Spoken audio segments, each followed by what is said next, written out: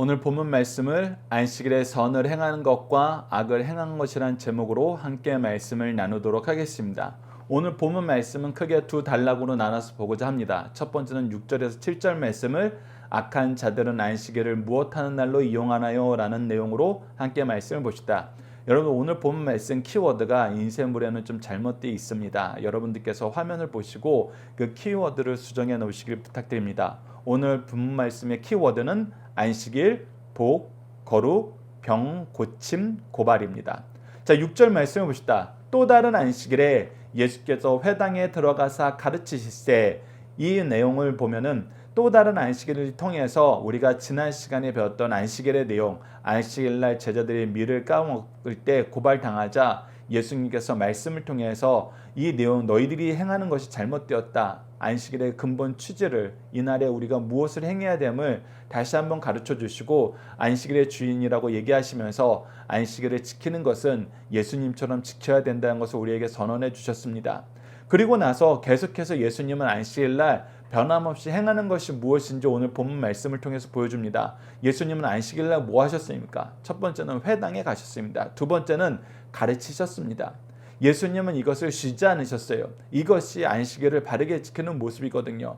예전에 박유일 목사님이 제가 어렸을 때 그런 얘기를 하신 적이 있습니다. 너희들이 안식일을 지킬 때, 주일을 지킬 때 어느 정도로 지켜야 되는지 한 가지 예를 들어서 얘기하겠다. 너희들이 피치 못할 사정으로 죄를 짓게 되어서 도망자 생활을 하게 되었다고 생각을 해보자. 가정을 해보자.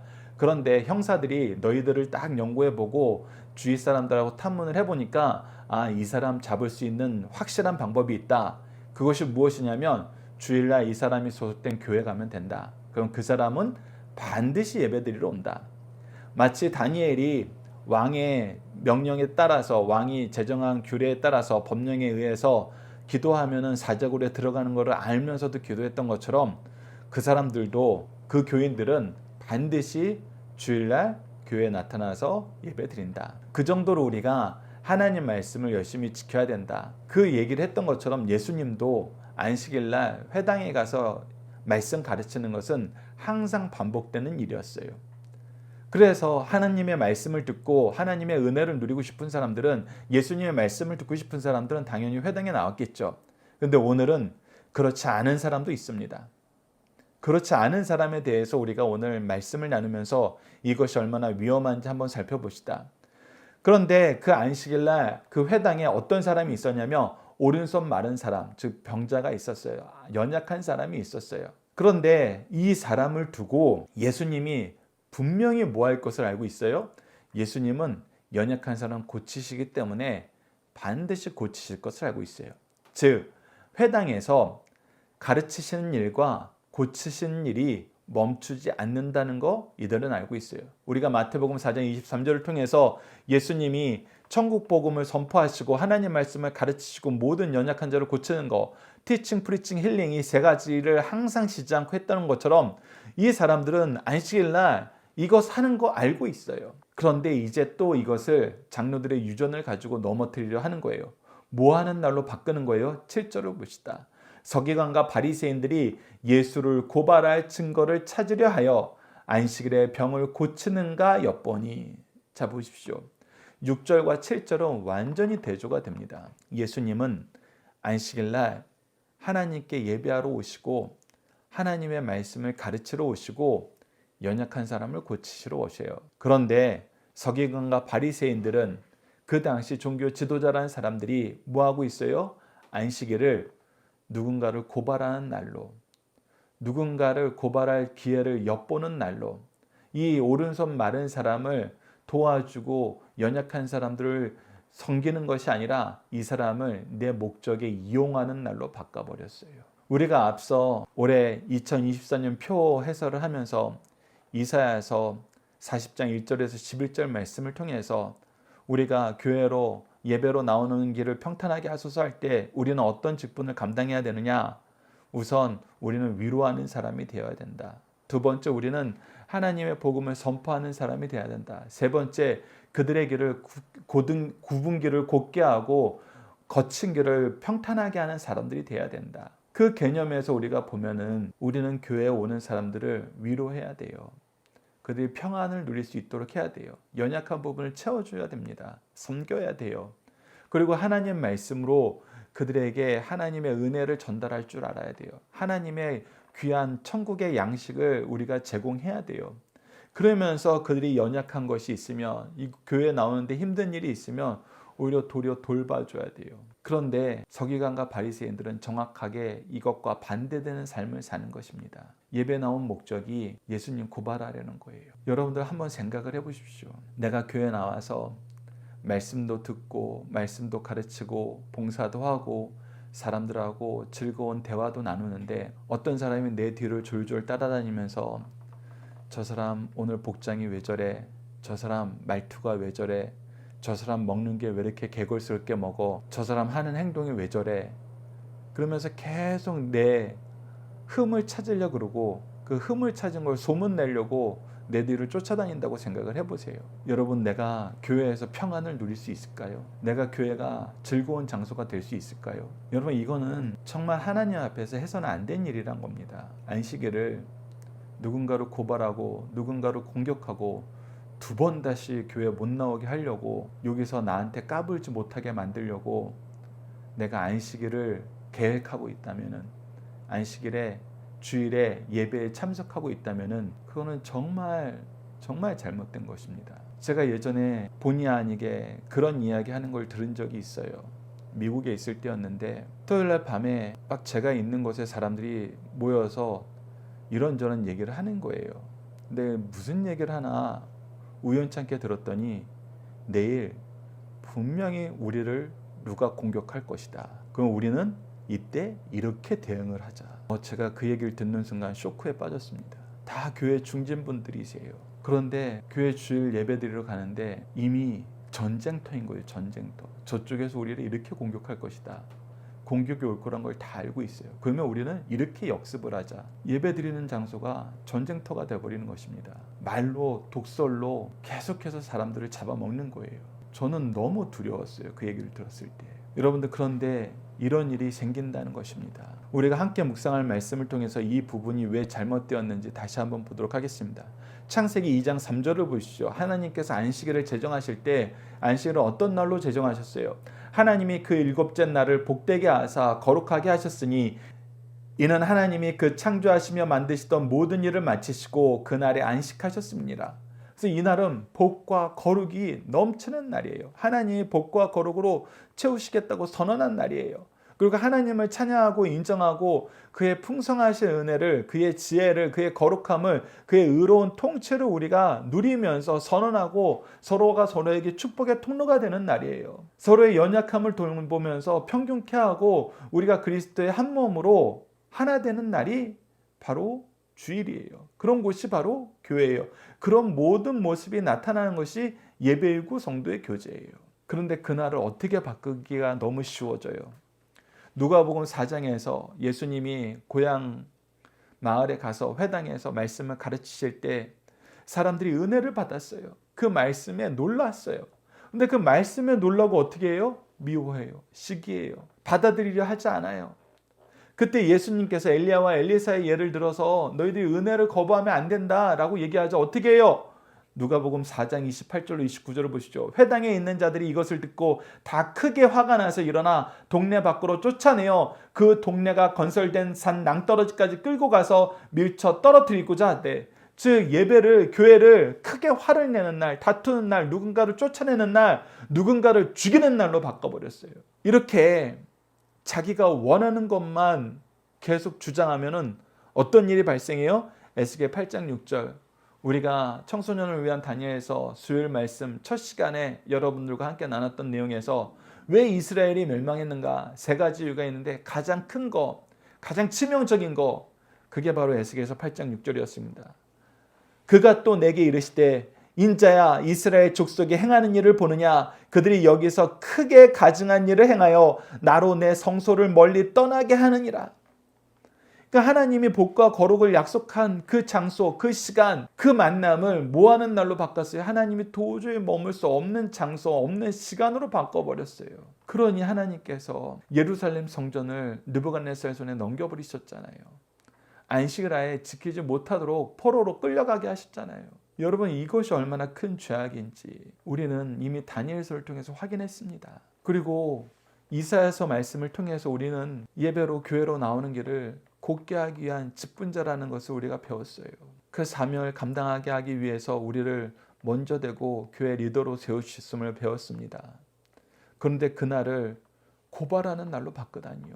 연약한 사람을 예수님을 고발할 도구로 이용하다니요. 이것은 안식일을 하나님이 가증하게 여기는 것으로 채워버리는 것입니다.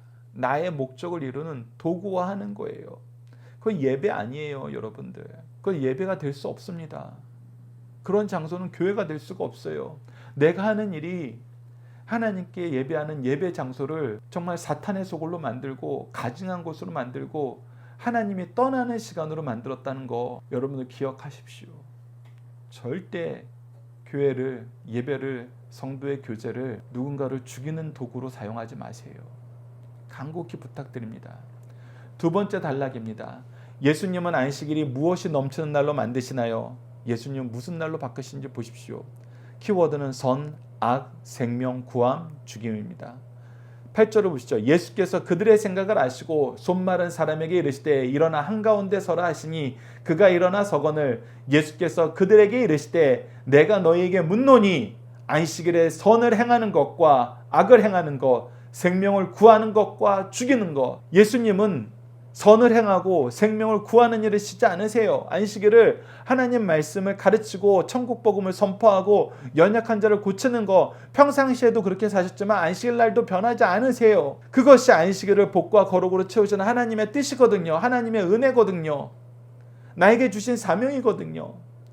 근데 그날을 너희들은 악을 행하고 사람을 죽이는 날로 바꿨다는 거예요. 이것이 어느 것이 옳은지 너희들이 이것을 이해를 못하냐는 거예요. 이걸 인지를 못하냐는 거예요. 너희들이 말씀 교사라는 거예요. 교회 리더라는 거예요. 하나님이 복과 거룩을 위해서 세우신 사람들이라는 거예요. 그런데 지금 뭐하고 있냐는 거예요. 뭐하고 있냐는 거예요. 여러분들 함께 묵상할 말씀을 보시면은 마가복음 3장 5절 뒤에 보이겠지만 제가 먼저 읽어드리겠습니다. 여러분 책자에 있는 분들은 책을 보십시오.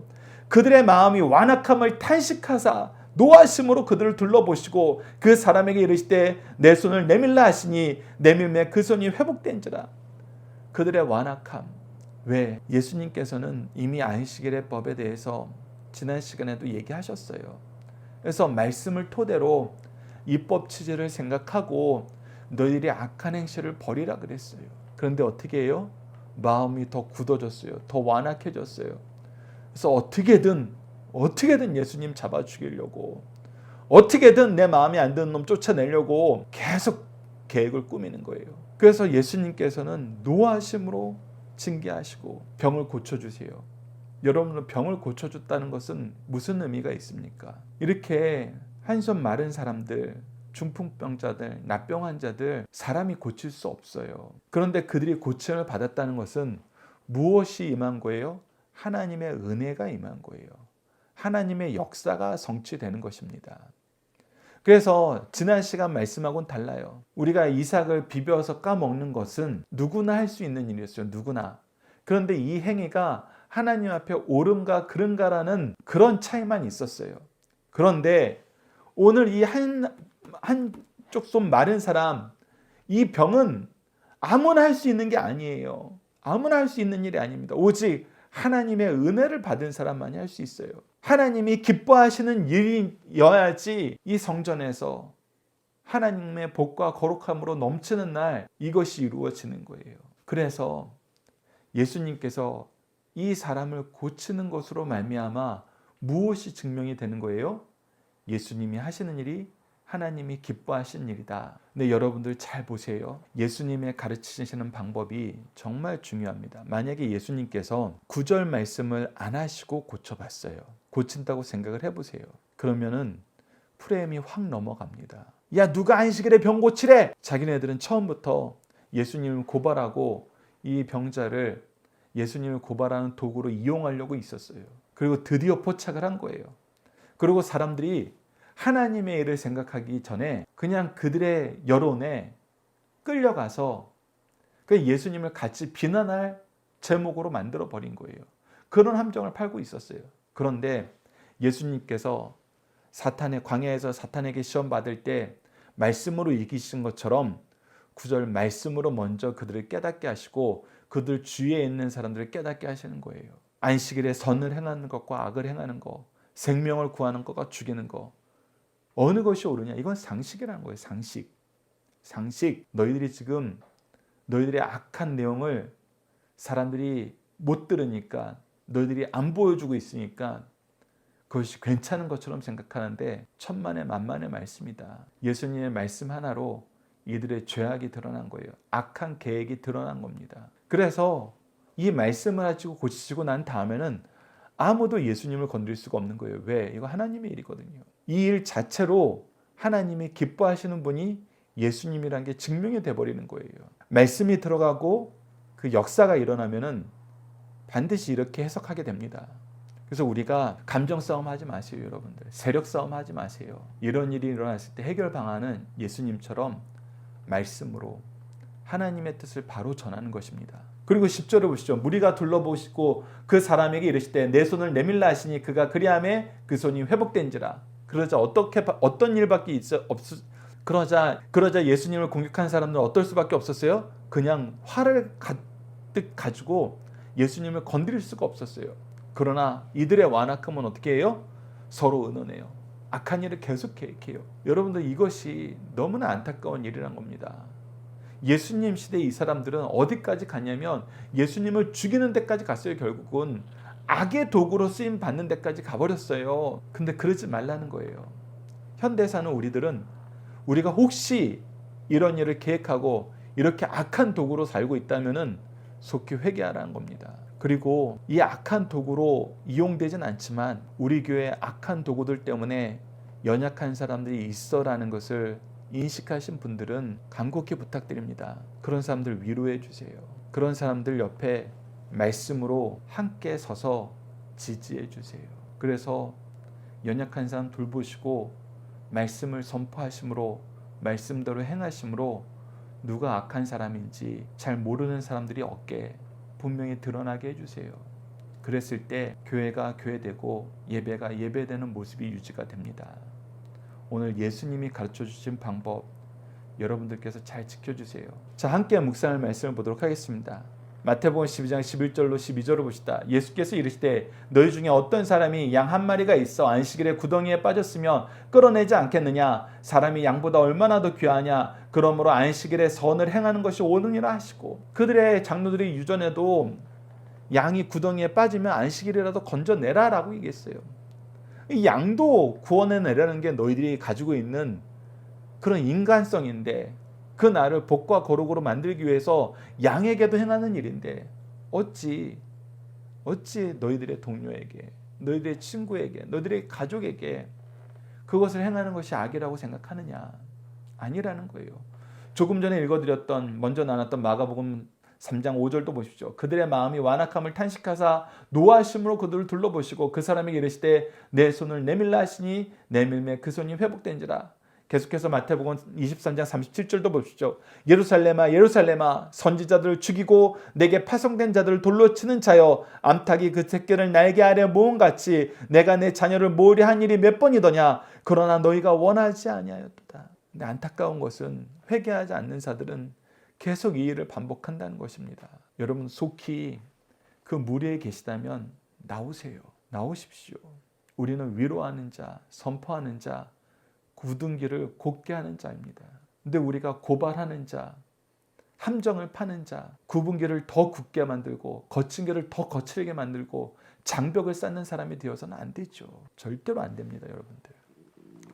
중심사상 첫 번째입니다. 법은 사람을 위해 있는 것이요 사람이 법을 위해 있는 것이 아니다라는 겁니다. 그러나 세상 사람들은 법을 만들어 놓고 법을 이용하여 자기를 이롭게 하고 남을 괴롭게 하는 일이 많습니다. 그 대표적인 사례가 유대 장로들의 전통이었습니다. 그들은 모세법을 존중한다면서 이를 위해서 여러 가지 사소한 데까지 매우 엄격하고 철저한 시행령을 만들었습니다. 그런데 이러한 전통, 시행령이 율법이 허용하는 것까지 금지시키는 오류를 범하고 말았어요.